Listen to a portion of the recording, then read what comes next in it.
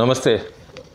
నేను మీ అశ్విని కుమార్. యాక్చువల్గా అన్ని రాష్ట్రాలతో పాటు రెస్ట్ ఆఫ్ నార్త్ ఇండియాలో కొన్ని రాష్ట్రాలు కానీ అట్లాగే యూటీస్ని నేను ఇవ్వలేదు.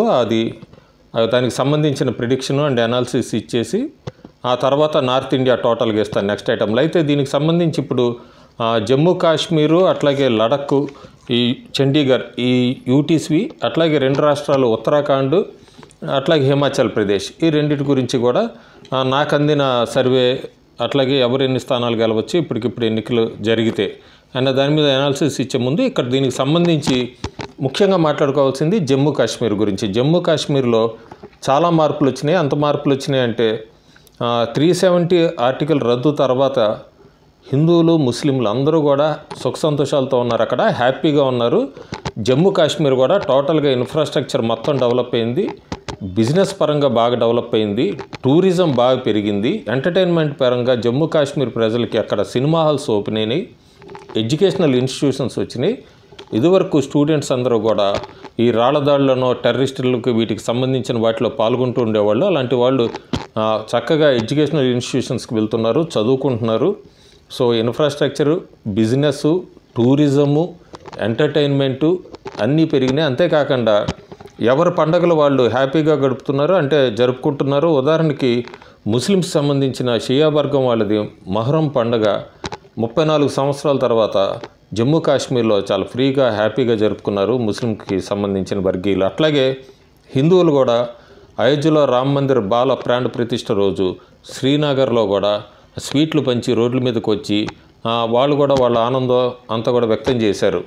ఇంకో ముఖ్యమైన విషయం, పొలిటికల్ రాజకీయ నాయకులు అందరూ కూడా సెక్యూరిటీ లేకుండా ఫ్రీగా రోడ్ల వెంబడి తిరగలుగుతున్నారు. అంటే టెర్రరిజం కూడా ఆల్మోస్ట్ నిలికొచ్చేసింది జమ్మూ కాశ్మీర్లో. ఈ క్రెడిట్ అంతా కూడా 2019 నుంచి ప్రస్తుతం అధికారంలో ఉన్న ఎన్డీకే వెళ్తుంది జమ్మూ కాశ్మీర్లో జరిగిన డెవలప్మెంట్కి. ఇంకా మిగతా ఇప్పుడు ఎన్ని స్థానాలు ఉన్నాయి, ఎవరు ఎన్ని గెలుచుకుంటారు అనేది చెప్పే ముందు ఒకసారి ఫస్ట్ ఉత్తరాఖండ్లో కూడా ఈ స్టేట్లో అసెంబ్లీలో బీజేపీ రూలింగ్లో ఉంది. ఇక్కడ 5 పార్లమెంట్ స్థానాలు ఉన్నాయి. 5 పార్లమెంట్ స్థానాలు 2019లో బీజేపీనే గెలుచుకుంది.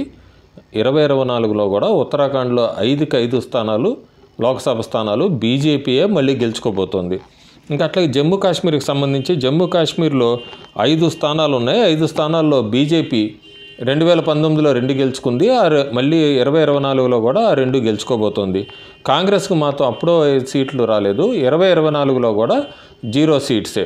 కాకపోతే ఇక్కడ ఫరూక్ అబ్దుల్ జేకేఎన్సీ నేషనల్ కాన్ఫరెన్స్ సంబంధించింది 2019లో 3 స్థానాలు గెలుచుకుంది, 2024లో కూడా 3 స్థానాలు గెలుచుకోబోతోంది. హిమాచల్ ప్రదేశ్కి వచ్చినప్పుడు బీజేపీ 2019లో 4 స్థానాలు గెలుచుకుంది, 2024లో కూడా మళ్ళీ సేమ్ సీన్ 4 లోక్సభ స్థానాలు గెలుచుకోబోతోంది. ఇక్కడ కాంగ్రెస్ ఖాతా తెరవట్లేదు లోక్సభ స్థానాలకు సంబంధించి. ఇక చండీగఢ్లో ఒకే ఒక్క లోక్సభ స్థానం ఉంది, 2019లో బీజేపీ గెలుచుకుంది, 2024లో కూడా బీజేపీయే గెలుచుకోబోతోంది. లడఖ్లో కూడా అంతే. లడఖ్లో బీజేపీ 2019లో 1 లోక్సభ స్థానం గెలుచుకుంది, 2024లో కూడా ఖచ్చితంగా అది బీజేపీయే గెలుచుకోబోతోంది.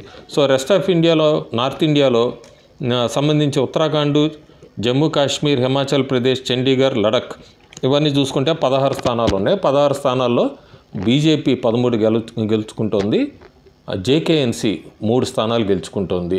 కాంగ్రెస్ ఈ యూటీల్లో కానీ ఉత్తరాఖండ్, హిమాచల్ ప్రదేశ్లో కానీ బోనీ కొట్టట్లేదు. ఇక నెక్స్ట్ ఐటమ్ నార్త్ ఇండియాకి సంబంధించి నార్త్ ఇండియాలో టోటల్ అనాలిసిస్ ఎన్ని స్థానాలు ఉన్నాయి, బీజేపీ అండ్ ఎన్డీఏ మొత్తం కలిపి అలయన్స్తో ఎన్ని గెలుచుకోవచ్చు, కాంగ్రెస్ ఆర్ ఇండియా అలయన్స్ మొత్తం కలిసి ఎన్ని స్థానాలు గెలుచుకోవచ్చు. అయితే ఇక్కడ మనం లాస్ట్లో కన్క్లూజన్లో ఏం చెప్పుకోవాలంటే, చాలామంది ఒక అతను నాకు పర్సనల్గా కామెంట్ పెట్టాడు, మీరు కాంగ్రెస్కి ఎన్ని 100 స్థానాలు వస్తాయో చెప్పండి, అంతే తప్ప బీజేపీయా ఎన్డీఏ లేకపోతే మిగతా అదర్స్ ఇస్తున్నారు, కాంగ్రెస్ ఎన్ని 100 స్థానాలు. కాంగ్రెస్ దేశంలో అధికారంలో ఉన్నదే 3 రాష్ట్రాల్లో, కర్ణాటక, తెలంగాణ, హిమాచల్ ప్రదేశ్. కర్ణాటక లోక్సభ స్థానాలకు సంబంధించి కూడా కాంగ్రెస్కి ఎక్కడా కూడా ప్లస్ అనేది కనబట్టలేదు. ఇంకా నిజం చెప్పాలంటే బీజేపీ ప్లస్ జేడీఎస్ 2 కూడా డెడ్లీ అలియన్స్ అని చెప్పాను కర్ణాటక రాష్ట్రానికి ఇస్తున్నప్పుడు సర్వే. సో ప్రస్తుతం కర్ణాటకలో జేడీఎస్, బీజేపీ 2 కలిసి పొత్తులో లోక్సభలో వెళ్ళబోతున్నాయి లోక్సభ ఎన్నికలకి.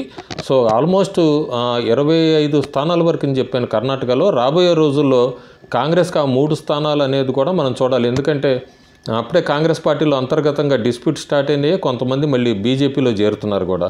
ఇంకా తెలంగాణలో 17 స్థానాలు ఉన్నాయి. 17 స్థానాల్లో ఒక స్థానం ఎంఐఎం హైదరాబాద్ గెలుచుకుంటుంది.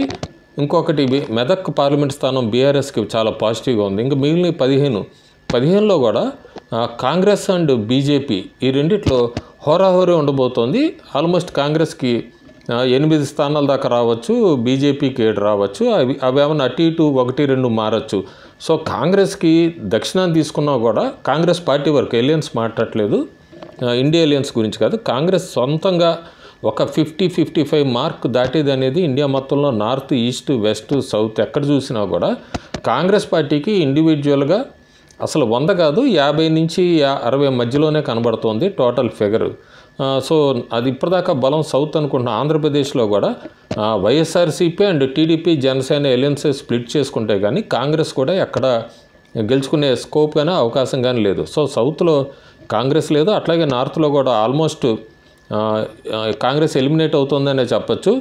వెస్ట్లో కానీ ఈస్ట్లో కానీ ఎక్కడైనా గెలుచుకుంటే అవి మాత్రం రావచ్చు. వెస్ట్ బెంగాల్లో కూడా ఇప్పుడు మమతా బెనర్జీ కాంగ్రెస్ ఇవి కలుస్తారా రేపు పొద్దున మళ్ళీ సీట్ షేరింగ్ దగ్గర ఏమన్నా మమతా బెనర్జీ పెట్టే వాటికి డిమాండ్స్కి ఒప్పుకుంటుందా కాంగ్రెస్ పార్టీ అనేది అంతా కూడా మనం చూడాలి. ప్రస్తుతానికైతే ఎన్డీఏ బాగా ఆధిక్యంలో ఉంది. ఇంకా నేను చెప్పినట్టుగా నాకు ఉద్దేశం ప్రకారం కొన్ని సీట్లు తగ్గుతున్నాయి. నేను ఇంకా తక్కువ చెప్పానని అనుకుంటున్నా కొన్ని రాష్ట్రాలకు సంబంధించి. వచ్చేవారం అట్లాగూ ఒక నేషనల్ ఛానల్ కూడా వాళ్ళ ప్రొజెక్షన్ ఇవ్వబోతున్నారు. నేను కాన్ఫిడెంట్గా ఉన్నాను ఆ నెంబర్కి దగ్గరకు వస్తానని. నాకు తెలిసి నేను మళ్ళీ ఇంకొకటి మార్చి ఎండ్గా ఇవ్వబోతున్నాను. ఏప్రిల్ 16 నుంచి ఎన్నికలు ఉండబోతున్నాయి కాబట్టి మొత్తానికి మళ్ళీ ఎలక్షన్ కోడ్ అన్ని అమల్లోకి వస్తాయి. ఈ లోపల కూడా ఎవరెవరు ఇండియా ఎలియన్స్లో ఉంటారు, ఎవరు ఎన్డీఏలో ఉంటారు అనేది ఒక క్లియర్ పిక్చర్ వస్తుంది.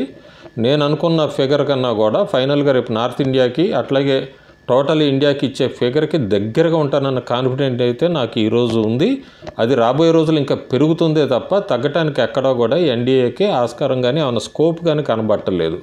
సో ఫైనల్గా ఏంటంటే next item north India total NDA ఎంత వస్తుంది, ఇండియా ఎలియన్స్ ఎంత వస్తుందని ఇస్తాను. ఆ తర్వాత topic whole India analysis. Thank you for supporting.